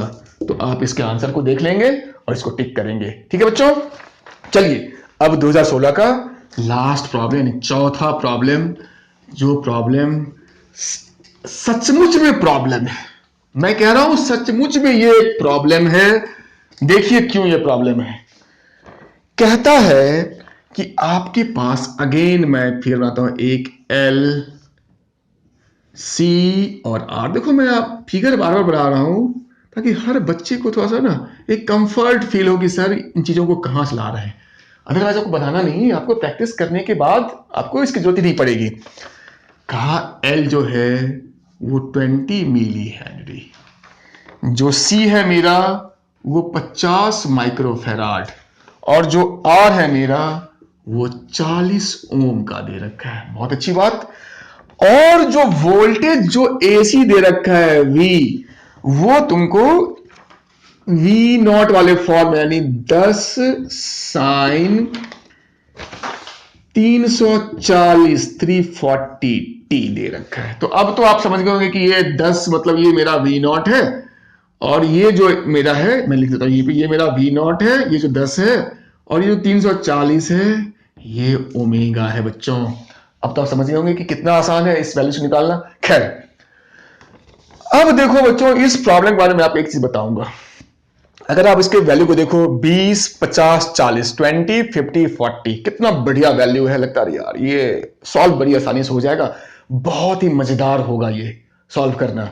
हमें पहले देखते ही हमें दिमाग में ये बात आएगी कि ये वैल्यूज बड़े राउंड फिगर्स में है, वो भी 20, 50, 40 इस टाइप से है, यहां भी 10 ही है, 340 है, तो मतलब इसको सॉल्व करना बहुत आसान होगा और ये बहुत आसानी से कम टाइम में हमारा बन जाएगा। यहीं पे आप पहली गलती करेंगे, मैं आपको वार्न करता हूं, और ये चीज आप प्रैक्टिस से सीखेंगे। खाली सॉल्व करना हमारा एम नहीं है, हमें अपना टाइम बचाना है, वो ही ध्यान रखना है। अब ऐसे प्रॉब्लम्स को मैं एक कैटेगरी में डालता हूं कि क्या ऐसे प्रॉब्लम्स को आप छोड़ देंगे? घबराओ मत। कभी कभी ध्यान रखो, हमने कहा ये जंग है, जंग जीतने में कभी कभी हमें थोड़ा सा बैक भी होना पड़ता है, छोड़ना भी पड़ता है, भागना भी पड़ता है। ऐसा नहीं कि इसको मैं बनाऊंगा नहीं, या आप नहीं बना सकते हैं, लेकिन अगर इसको बनाने के चक्कर में अगर आपने टाइम ज्यादा ले लिया तो क्या है, आप जंग को हार सकते हैं। तो आपको डिसाइड करना है। मैं तो इसको सॉल्व करूंगा, लेकिन मैं आपको वार्न कर रहा हूं कि इस जंग में अगर आपको कहीं पे ड्रॉ भी करना है, विड्रॉ भी करना है तो कीजिए, है ना। भगवान कृष्ण का याद है ना, रणछोड़ भी उनको कहते हैं, रणछोड़ दास। भाई वो तो भगवान थे, वो तो सब कुछ, पर उन्होंने भी, मेरी कहानी पढ़ी है, आपने पढ़ा होगा, उन्होंने भी एक बार युद्ध के मैदान से अपने आप को हटा लिया था, बाद में फिर उनकी जीत हुई थी। तो जंग से भागना मतलब ये नहीं है कि आप हारने के लिए, कभी कभी जीतने के लिए भी हमें पीछे होना पड़ता है। मतलब सीधी सी बात है बच्चों कि ऐसे क्वेश्चंस को आप डिसाइड जितनी जल्दी करोगे कि ये किस लेवल का है, देख करके आपको लगेगा बहुत आसान है। जब सॉल्व करने जाओगे आपका काफी टाइम किल कर देगा। और 2016 की अगर मैं बात करूं तो इनका तो ऑप्शन भी गलत था। सबसे बड़ी प्रॉब्लम क्या थी कि उन्होंने जो 4 ऑप्शन दिए थे, आंसर उन चारों में से एक में भी नहीं था। अब जिन बच्चों ने सही भी सॉल्व कर लिया होगा टाइम देने के बाद भी, जब उनका आंसर मैच नहीं हो रहा होगा तो उनको लग रहा होगा कि मैं गलत हूं, आंसर कैसे गलत हो सकता है। उन्होंने फिर अपना काफी टाइम उसे वेस्ट किया होगा उस उधेड़ बुन में कि क्या करूं, आंसर मेरा गलत है, क्या है, नहीं है। आप समझ सकते हो मैं क्या कहना चाह रहा हूं। तो यू मस्ट डिसाइड कि किन क्वेश्चंस को अटेम्प्ट करना है और किन को छोड़ना है। यानी जंग जीतने के लिए कभी कभी हमें छोड़ना भी पड़ता है, मैं ये कहना चाह रहा हूं। ये प्योर जंग है, ध्यान रखना। तो मेरी सलाह रहेगी कि अगर ऐसे क्वेश्चंस, लेकिन आपको वो एक इनर सेंस होना चाहिए कि किसको हमें छांटना है, एक्चुअल में छांटना है, तो ये उसी टाइप का क्वेश्चन है। समझ गए मेरी बात? इन क्वेश्चंस को जिन्होंने भी किया वो 16 में जरूर फंसे होंगे, क्योंकि आंसर भी नहीं था ना। उन्होंने कर भी लिया, उसके बाद भी आंसर उनका मैच नहीं हुआ। खैर, तो मैं अब इसको करूंगा। देखो बच्चों, इसको कैसे करता हूं। तो इसको करने का जो तरीका है बच्चे, वो तो सिंपल है कि ये पूछ क्या रहा है, ये पूछ रहा है कि मेरा इस सर्किट में जो पावर लॉस है वो क्या होगा। तो पावर लॉस यानी वी आई कॉस फाई या V square Z cos phi. इतना तो हमें पता चल गया कि हमें वी तो गिवन है, वी नॉट है, सिर्फ वी निकाल ही लेंगे। जेड अगर निकल जाए तो कॉस फाइव भी निकल जाएगा, तो हमें यहां पे पुट कर देंगे। तो क्वेश्चन आंसर भी इन लोगों को लगा कि जल्दी निकाल लेंगे। अब यहां के बाद कहानी शुरू होती है।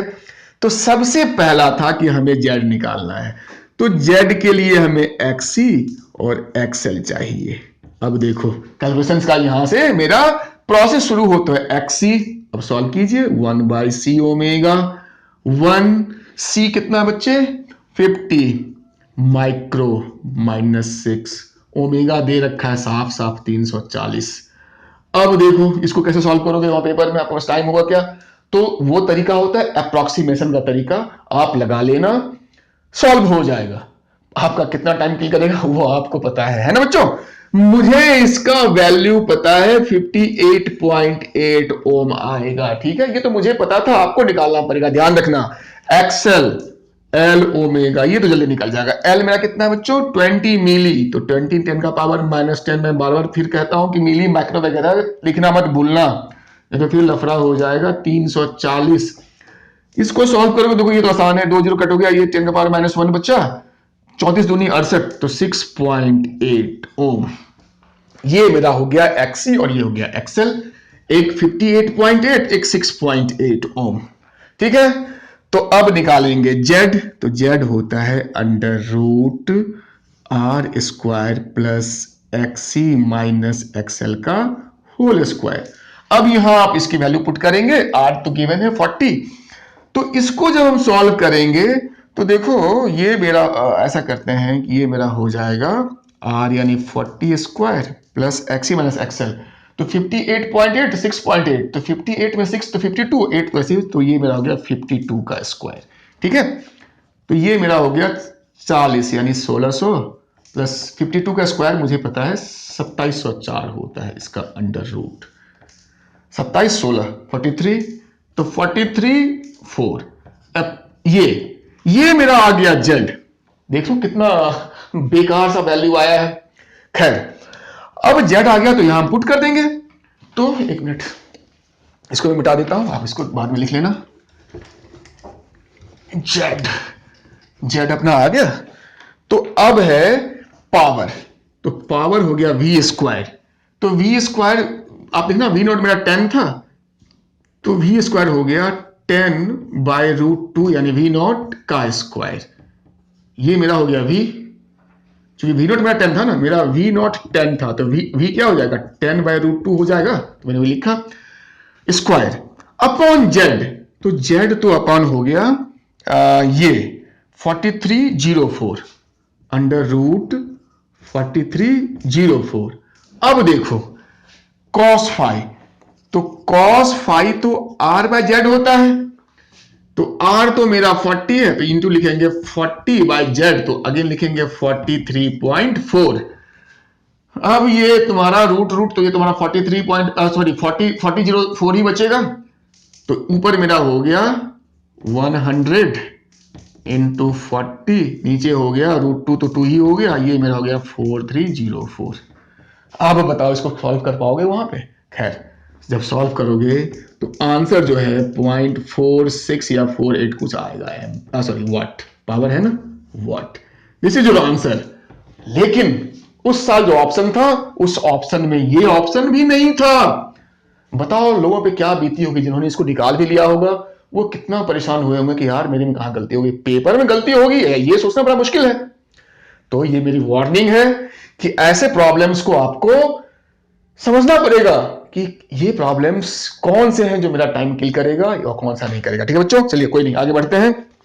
अब आ जाते हैं, ये चारों मेरे सॉल्व हो गए 16 के। अब आ जाते 17 पे, 2017 217, और 217 बच्चों एसी का एक भी क्वेश्चन नहीं था नीट में, है ना। इंटरेस्टिंग कि 17 में एक भी क्वेश्चन नहीं था एसी में। 16 उन्होंने 4 पूछा था और 17 में एक भी नहीं पूछा। तो थोड़ा ये भी ध्यान रखना कि नीट का क्या ट्रेंड होता है, ये सब चीजों की स्ट्रेटजी होनी चाहिए। तो 17 में नीट का एक भी प्रॉब्लम नहीं था, पर एक सर्किट का प्रॉब्लम जरूर था, जिसमें कि एल भी था, सी भी था, आर भी था, ऑल्दो उसमें बैटरी लगी थी यानी डीसी था। मैं वो करवा देता हूं। क्वेश्चन क्या था बच्चे, बड़ा इंटरेस्टिंग क्वेश्चन था कि एक मेरा इंडक्टर है, रेजिस्टर है, देखो सर्किट, फिर मेरा एक रेजिस्टर ही है उसी सर्किट में ऐसे, फिर मेरा रेजिस्टर है, इंडक्टर है, और यहां पे इसके साथ पैरेलल में एक कैपेसिटर भी है, और एसी तो नहीं, यहां पे बैटरी लगी हुई है। कितने? तो 18 वोल्ट की बैटरी लगी हुई है। जो इंडक्टर है वो 2 मिली हेनरी से दे रखा है, और रेजिस्टर्स जो है वो सारे 9 ओम के हैं, जहां भी है 9 ये 2 मिली हेनरी, और सी का वैल्यू बस खाली सी दे रखा है। ठीक है, ये अपना क्वेश्चन है। अब उन्होंने पूछा क्या है कि मुझे ये बताना है कि यहां पे थ्रू द बैटरी जो करंट होगा वो कितना होगा। This is your question 2017। Although AC का नहीं है, उन्होंने एसी का पूछा ही नहीं, और चूंकि इसमें एल सी और आर थे मैंने इसको करवा दिया, बैटरी लगी हुई डीसी है। अब देखो बच्चों, इसको करना बिल्कुल बिना पेन उठाए आप कर सकते हो, अगर आपको कंसेप्ट है तो, और कंसेप्ट नहीं है तो नहीं कर सकते, सीधी सी बात, बनेगा ही नहीं। तो क्या है कंसेप्ट कि जैसे ही हम स्विच को ऑन करेंगे उस समय का पूछा, at that instant when you मतलब क्या, क्लोज द स्विच, यानी आप जब स्विच को ओपन करते हो मतलब ऑन करते हो, स्विच को जब ऑन करते हैं समझ लो। तो बच्चों क्या होता है कि आपने ये पढ़ा होगा, जो इंडक्टर्स होते हैं वो शुरुआत में स्टार्टिंग में करेंट्स को अपोज करते हैं। डिटेल में समझना हो तो फिर ईएमआई चैप्टर्स पे आएंगे, वहां पे आप समझिएगा उसको। तो जैसे हम स्विच को ऑन करेंगे इस सर्किट में कोई करंट नहीं जाएगा। क्यों? जो इंडक्टर है वो इनफाइनाइट रेजिस्टेंस क्रिएट कर देता है स्टार्टिंग में, तो देयर इज नो करंट। जब इस सर्किट में करंट ही नहीं है तो इस सर्किट का कोई मतलब नहीं है। फिजिक्स कहता है करंट नहीं है, ये बिल्कुल डेड आर्म है, इसको हटा दो, ये इसका रहना नहीं रहना बात बराबर है। इसमें तो बच्चे जाएगा करंट, ये तो प्योर रेजिस्टेंस, तो ये तो जाने देगा। अब रही बात इधर की, तो देखो यहां भी तो इंडक्टर है, तो यानी यहां से करंट मेरा नहीं घुसेगा, हमें इतना पता है। इंडक्टर तो उसको ब्लॉक करेगा, तो करंट मेरा इधर से या इधर से ऐसे निकलेगा जरूर। क्वेश्चन सी कहा, सी जो है ये जस्ट इंडक्टर का उल्टा बिहेव करता है इस वाले केस में, कि स्टार्टिंग में सी क्या करता है, करंट को फुल अलाउ करता है। क्योंकि ये डिस्चार्ज होता है तो ये चार्ज होने की कोशिश करेगा, चार्ज होने की कोशिश करेगा तो करंट को ड्रॉ करेगा, तो this will allow the current. और ये फुल अलाउ करता है, यानी प्योर ये कंडक्टर की तरह बिहेव करता है, मतलब कैपेसिटर जैसा, उसी इंस्टेंट की बात कर रहा है। तो मतलब क्या है, ये सी को हम सीधा कह सकते हैं कि ये सी क्या है, सीधा एक सर्किट है ये स्टार्टिंग में। तो अब देखो गौर से, तो ये और ये आपके पैरेलल में दो रेजिस्टर्स हैं इस बैटरी के साथ। तो पैरेलल में जब सॉल्व करेंगे दोनों को, ये तो मेरी बैटरी हो गई और ये मेरा 9 और 9 होता है, तो पैरेलल में हो जाता है R1 इंटू R2, तो 9 into 9 bye R1 plus R2, 9 plus 9, तो 9 9 81, 18। ये मेरा हो गया इन दोनों का रेजिस्टेंस, और ये तो मेरा 18 वोल्ट था ही। तो करंट क्या हो जाएगा, V बाय R टोटल, तो V मेरा 18 बाय 81 इंटू 18। ये कुछ गड़बड़ हो रही है क्या बच्चों? ये कितना हो जाएगा वैसे, 1895, हाँ लगभग सही है। ये लगभग ऑलमोस्ट 4 एम्पियर ये आपका आंसर आएगा, ऑलमोस्ट 4 एम्पियर आपका ये आंसर आएगा। और मजे की बात क्या है कि इस साल भी 2017 में भी जो ऑप्शन था उस ऑप्शन में ये 4 एम्पियर नहीं गिवन था, ये वैल्यू ही नहीं था। तो इसका भी ध्यान रखना कि नेट के ऑप्शन में भी गलतियां हो सकती हैं, ऐसा नहीं कि मतलब रेयर चांस है, हो सकती है। मैंने अभी लगातार 2 क्वेश्चंस आपको बता दिए, 16 में भी गलती थी, 17 में भी गलती थी कि ऑप्शन ही नहीं था, जो ऑप्शन थे वो आंसर सही नहीं है, तो ध्यान रखिएगा। तो ये मेरा था 17 का, ऑल्दो ये एसी का नहीं था, एलसीआर इस सर्किट में था, तो मैंने इसको डिस्कस कर लिया। अब आते हैं 18 पे। 18 में बच्चे आपका एक क्वेश्चन था एसी का, 2018 में आपका एक क्वेश्चन है एसी का 18 में। और वो जो क्वेश्चन है आपको सरप्राइजिंग चीजें बताता हूं कि सेम है 2016 का, यानी फिर रिपीट किया आपका क्वेश्चन, बिल्कुल 2016 में जो पूछा था वही 18 में। कौन सा प्रॉब्लम? तो जिसका मैंने अभी सॉल्व किया था एलसीआर में, जिसका मैंने कहा था कि बहुत मुश्किल है, इसको देखना करना है कि नहीं करना है, जिसका आंसर भी गलत था 16 वाले केस में, मतलब उन्होंने ऑप्शन नहीं दिया था। फर्क क्या था 18 और 16 में कि 18 में इनका एल भी 20 मिली हेनरी, 16 में भी एल जो था वो 20 मिली हेनरी ही था। सी जो था वो दोनों का फर्क था वैल्यूज का खाली। 18 मेरा 100 माइक्रोफेराड था और 16 में ये 50, जो कि मैंने सॉल्व भी किया था, 50 माइक्रोफेराड था। रेजिस्टेंस जो है इसका ये 50 ओम था और इसमें से 40 ओम दे रखा था। दोनों का वोल्टेज फॉर्मूला में थोड़ा सा फर्क था, जो V नॉट जो था, सॉरी, वो दोनों का 10 ही था। ओमेगा का वैल्यू इसमें जो था 1440 टी था यहां पे, और यहां पे जो V था, V नॉट आपका 10 ही था यहां पे, और जो ओमेगा है ये 314 टी है। यही फर्क था। दोनों सेम क्वेश्चन है, दोनों में पावर पूछ रहा था। इसका आंसर सही, मतलब ऑप्शन सही गिवन था। जब सॉल्व करेंगे आप इसको बिल्कुल इसी तरीके से जो मैंने किया था, तो ये 0.79 वॉट आपका आंसर आ जाएगा। तो इसको बताने की जरूरत नहीं है, बिल्कुल सेम चीज था। तो क्या सीखा कि ऐसे प्रॉब्लम्स को एक तो डिसाइड करना है कि नहीं करना है। हाँ, करना कब है? जब आपके सारे प्रॉब्लम बन जाए जिसको आप परफेक्ट कर सकते हो, और तब अगर आपके पास टाइम बचता है तब जाके ऐसे प्रॉब्लम्स को हिट करना है। इनको करने के चक्कर में आप उन प्रॉब्लम्स को नहीं छोड़ देना जो कि बाद में जब आप घर पहुंचोगे, अगर यार ये तो मैं कर सकता था, ये तो बड़ा आसान था, मेरा टाइम ही मैनेज नहीं हुआ, तो आपको बहुत रिग्रेट होगा। आपको उस रिग्रेट्स में अगर नहीं पड़ना है तो मेरी सलाह है, ये मेरा बिल्कुल एकदम फर्म सलाह है आपको, कि आप इस टाइप के प्रॉब्लम्स को नेक्स्ट अटेम्प्ट, मतलब उसी पेपर में, मतलब बाद में करने के लिए इसको छोड़ दीजिए। पहले वो सारे अटेम्प्ट कीजिए जिसको आप कर सकते हैं, अच्छे से कर सकते हैं, और फिर अगर टाइम बचता है तो फिर इन सबको कीजिए। बढ़िया है, टाइम बचा हुआ है, अगर बन गया तो अच्छी बात है, नहीं बना तो भी कोई दुख नहीं हुआ, क्योंकि ये तो वैसे भी आपने छोड़ रखा था। ठीक है बच्चों, तो ये मेरा 18 का हो गया। अब 19 की बात करते हैं, 2019। अब देखो 19 का क्या खेल है।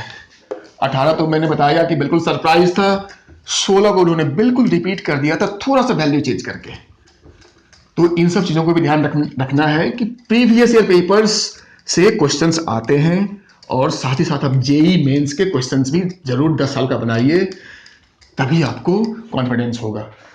19, अब देखो बच्चों 19 में क्या हुआ, कहानी है 19 की, कि 19 में भी नीट के 2 पेपर हुए।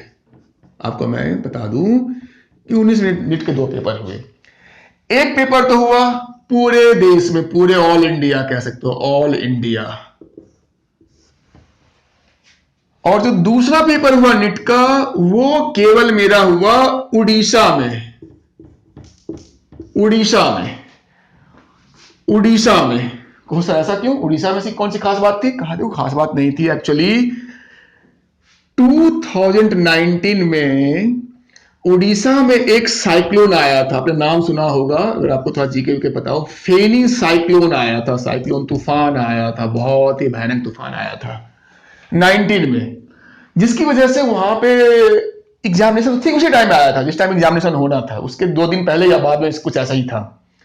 तो not possible to conduct the proper paper. ठीक है, उड़ीसा में तो उन्होंने, गवर्नमेंट ने कहा था कि कोई नहीं, हम ऑल इंडिया को कैंसिल नहीं करेंगे। उनके पास ऑप्शन था, या तो पूरे एग्जाम को रोक दें, पोस्टपोन कर दें, इकट्ठा ले, या फिर उन्होंने कहा नहीं, पूरे को नहीं रोकेंगे, सारी तैयारी हो गई थी, तो एक स्टेट के चक्कर में बाकी स्टेट के बच्चों को नहीं रोकेंगे, तो उन्होंने पहला नीट का पेपर ले लिया, उड़ीसा में नहीं लिया, और उन्होंने उसको बाद में लिया। तो इस चक्कर में 2 पेपर हुए नीट के। अब जो ऑल इंडिया का पेपर था उसमें एक भी एसी का प्रॉब्लम नहीं आया। ठीक है बच्चों, एक एसी का प्रॉब्लम नहीं था। जो उड़ीसा का पेपर हुआ था बाद में, उसमें एक प्रॉब्लम था नीट का। यानी 2019 में नीट 2 पेपर हुए, लेकिन उन 2 पेपर में एसी का एक ही क्वेश्चन आया, वो उड़ीसा वाले पेपर में आया था। और वो क्वेश्चन क्या था बच्चों? तो बहुत ही कंसेप्चुअल है, अगर आपको समझोगे तो। कहता है कि a circuit when connected to an AC source, अब कहा कि कोई भी सर्किट है, इसमें एक्स वाई जेड कुछ भी है, उसको हमने एक एसी सोर्स से जोड़ रखा है। समझो इसको, इसे बिना पेन उठाए कर सकते हो। तो कहता है जो करंट, अच्छा 12 वोल्ट से जोड़ रखा है इसी से, तो जो करंट इस वाले केस में है वो मेरा 0.2 एम्पियर है। ठीक है, कहा the same when connected to a DC source, जब इसी को हमने सेम सर्किट को डीसी यानी बैटरी से जोड़ दिया 12 वोल्ट से ही, तो मेरा जो करंट इस वाले केस में है ये 0.4 एम्पियर, यानी करंट मेरा बढ़ गया, और डीसी सोर्स भी है। तो पूछ क्या रहा था कि ये जो सर्किट है वो एलसी है, एलआर है, कि आरएल है, कि एल क्या एलसीआर वगैरह, कुछ इस टाइप से 4 ऑप्शन थे। अगर आपको अगर थोड़ा भी अगर एसी के बारे में पता होगा, और डीसी के बारे में, और एलसीआर के बारे में अच्छे से, तो बच्चा इसको चुटकी में आंसर दिया होगा कि जैसे, देखो हम एसी की बात ही नहीं करेंगे, हम पहले डीसी की बात करते हैं। चूंकि सर्किट में, सर्किट को सेम सर्किट है, ऐसा नहीं सर्किट चेंज करते हैं। अगर एलआर है तो एलआर है, एलसी है तो एलसी है, आरएल तो आरएल है, और ये है। तो जब सर्किट मेरा सेम है, तो उसको जब हमने एक बार डीसी से जोड़ा तो भी करंट आया, और एसी में जोड़ा तो भी करंट आया। कम ज्यादा तो अलग चीज है। तो सर चक्कर क्या है? तो कहा कि पहले एसी में जोड़ा तो इतना करंट था, डीसी में इतना करंट था, है ना। तो ये पक्की बात है कि सर्किट में तुम्हारा सी नहीं होगा। कहो सर क्या, क्यों? किसी भी सर्किट में अगर सी हो जाए, भले उसमें एल लगा हो, आर लगा हो, जो भी लगा हो, अगर उसको मैं डीसी में जोड़ूंगा, तो आपको पता है ना कि डीसी करंट को ये पास ही नहीं होने देता है। क्यों नहीं होने देता है? तो क्योंकि ये डीसी में तुरंत चार्ज हो जाता है और चार्ज होते ही ये करंट को ब्लॉक कर देता है, तो further you can't get current. तो इन चार ऑप्शन में आप क्या गौर से देखोगे कि 3 में सी है, 3 में कैपेसिटर्स हैं। तो कैपेसिटर्स जहां है तो वो पक्की बात है कि डीसी में करंट देगा ही नहीं, पर यहां तो करंट है। इसका मतलब है कि हमें वो ऑप्शन लेना है जिसमें सी नहीं है, और एक ही ऑप्शन है आपका एल आर, और यही आपका आंसर हो गया। तो देखो कॉमन सेंस से हम कैसे बेसिक कंसेप्ट को यूज करके इस क्वेश्चन कर सकते हैं। वैसे आप सॉल्व करने की कोशिश करते हो तो आपका कभी सॉल्व नहीं होगा ये, तो इसमें ऐसा कुछ डेटा ही नहीं दे रखा है कि जिसको हम यूज करके प्रॉपर समझ सकें कि ये सी नहीं होगा, या आर नहीं होगा, एल नहीं होगा। इसी कंसेप्ट से समझना था कि because this circuit allows DC current to flow, it means it can't contain any C. इसमें कोई कैपेसिटर नहीं हो सकता है बच्चों, और एक ही ऑप्शन था बिना सी का, वो था एल आर। तो जिन बच्चों ने इसको समझा होगा उन्होंने इसको सेकंड में किया होगा, यानी ये गिफ्ट था।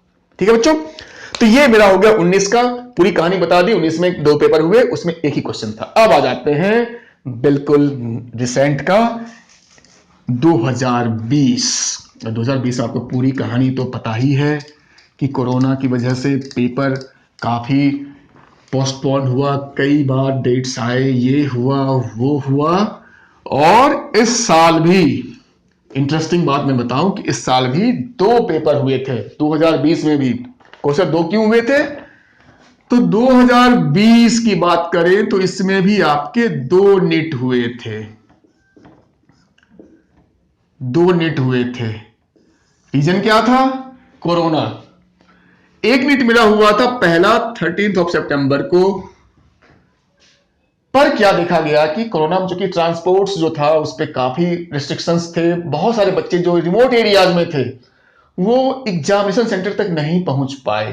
तो गवर्नमेंट ने उनकी प्रॉब्लम्स को समझा और फिर उन्होंने नीट का दोबारा पेपर लिया उन बच्चों के लिए जो पेपर 1 नहीं दे पाए थे, वो सेंटर पे नहीं पहुंच पाए थे।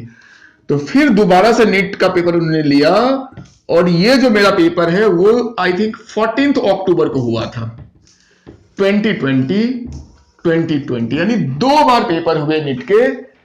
2020 में एक बार 13 सितंबर को और दूसरा 14 अक्टूबर को। ये उन बच्चों के लिए था जो कि पहले पेपर में अपीयर नहीं हो पाए थे, ठीक है बच्चों। अब क्वेश्चन कितने आए सर? कौन सर 2 पेपर लिया तो क्वेश्चन कितने आए? तो कहा पहले वाले में 2 क्वेश्चंस थे नीट के, सॉरी एसी के, और दूसरे वाले में एक एसी का प्रॉब्लम था, यानी 3 प्रॉब्लम्स 2020 में हो गए। पहले वाले पेपर में 2 आए, और दूसरी बार जो उन्होंने री एग्जाम हुआ था उन बच्चों के लिए जो पहला पेपर नहीं दे पाए थे कोरोना की वजह से, मतलब सेंटर्स पे नहीं पहुंच पाए थे, उस वाले पेपर में एक था एसी का क्वेश्चन। अब क्या था देखो बच्चों, कितना इंटरेस्टिंग है ये। जो पहला था पेपर उसमें 2 क्वेश्चंस थे, और जो पहला क्वेश्चंस था, you will surprise to know, जो 2020 का जो पहला क्वेश्चंस था वो 2012 में जो मैंने क्वेश्चन बनाया था, जिसे मैंने cos phi इक्वल्स टू 1 निकाला था power factor, exactly same question था, बिल्कुल डॉट डिट्टो सब मिला हुआ था। समझ गए? फिर रिपीट हो गया, नेट में देखा 2020 में सेम प्रॉब्लम 2012 वाला, जिसमें हमने पावर फैक्टर 1 निकाला था। ठीक है बच्चों, इस पे मैंने समझा दिया कैसे किया था। और दूसरा जो प्रॉब्लम था वो प्रॉब्लम जो था आपका 2020 में, वो था मेरा ये कि 40 माइक्रोफेराड कैपेसिटर इस, मतलब सिंपल था कि एक कैपेसिटर है, इसको एसी सोर्स में जोड़ रखा है, कितने का है? सी, तो 40 माइक्रोफेराड का। सोर्स मेरा 200 वोल्ट यानी इसका VRMS दे रखा है और 50 हर्ट्ज, ये तो चलो मतलब हाँ। तो पूछता क्या है कि IRMS यानी आई पूछ रहा है। तो आई देखो कितना आसान पूछा, V/R होता है हमें पता है, पर ये तो कैपेसिटर या तो R नहीं लिखेंगे, तो कैपेसिटर का R क्या, तो XC होता है, वो लिखा। V क्या है बच्चे, तो 200 अपॉन XC क्या होता है, तो 1/C ओमेगा। तो 1/C ओमेगा, तो ऊपर मेरा C आ जाएगा और इनटू आ जाएगा ओमेगा। तो C की वैल्यू लिखो, यहां मैं बेटा कहीं लिख देता हूं। जो मेरा C है वो 40 इंटू 10 का पावर माइक्रो है ना, -6, और ओमेगा क्या आ जाएगा, 50 हर्ट्ज है। तो ओमेगा निकाल लो, 2 पाई इंटू न्यू, तो 2 इंटू 3.14 इंटू 50, क्योंकि ये तो मेरा न्यू है ना, फ्रीक्वेंसी है न्यू वाला, तो ये मेरा हो जाएगा 314। ऐसे वैल्यूज ओमेगा का बार बार आएंगे। 314 बहुत कॉमन वैल्यू है, 314। और कॉमन क्यों, क्योंकि इंडिया में जो एसी होता है वो मेरा 50 हर्ट्ज ही यूज होता है। तो जहां 50 हर्ट्ज मेरा फ्रीक्वेंसी होगा, लीनियर फ्रीक्वेंसी, तो मेरा जो रेडियन वाला फ्रीक्वेंसी यानी एंगुलर जो होगा वो हमेशा 314 ही आएगा। तो ये बड़ा कॉमन वैल्यू है। इसको सॉल्व कर लो, तो 1 2 3, तो ये यहां तो मेरा -3 हो गया। तो ये 2 इंटू 4 इंटू, तो 8 इंटू 314, 10 का पावर -3।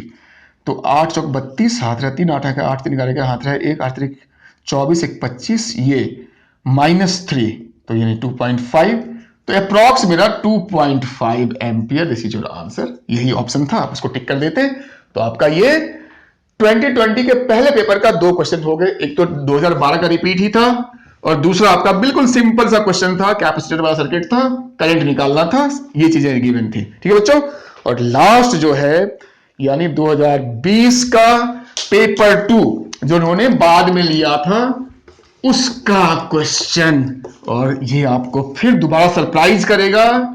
वो क्या था, यानी 2020 का जो पेपर 2 था, सेकेंड पेपर, जो 14 अक्टूबर को हुआ था, उसमें जो क्वेश्चन था बच्चों, वो नन ऑफ द अदर यही एनसीईआरटी वाला क्वेश्चन सॉल्व्ड एग्जाम्पल के इंडक्टर है, उसको एसी से जोड़ रखा है और एक सीरीज में एक बल्ब लगा दिया है। जब इसके अंदर हम डालेंगे आयरन कोर को, तो इसके ब्राइटनेस में क्या फर्क पड़ेगा, तो मैंने पहले बताया कि इसका ब्राइटनेस जो है वो डिक्रीज करता है। कैसे करता है मैं 2 बार बता चुका हूं, एक बार अपने चैप्टर वाले लेक्चर में और एक बार आज ही अभी मैंने सॉल्व करवाया था। कौन सा, तो 2013 का क्वेश्चन रिपीट हो गया यहां पे, और वो भी किसका, तो एनसीईआरटी का। Example solved 7.5। तो आपको बच्चों एक अच्छा आइडिया आ गया होगा कि नेट जो है उसने पिछले 10 साल में, 11 साल कह लो, 10 से 11 साल में उसने एसी के क्वेश्चंस किस लेवल के, किस टाइप के, कितने पूछे, उनको कैसे अटेम्प्ट करना है, और क्वेश्चंस रिपीट भी होता है, कैसे होता है। ठीक है बच्चों। तो आपको ये वीडियो लेक्चर काफी आपको बार बार देखना चाहिए, ताकि आपको ये क्लियर हो कि कैसे करना है, क्या प्लानिंग करनी है और कैसे उसको एग्जीक्यूट करना है बच्चों। ठीक है बच्चों, चलिए ओके।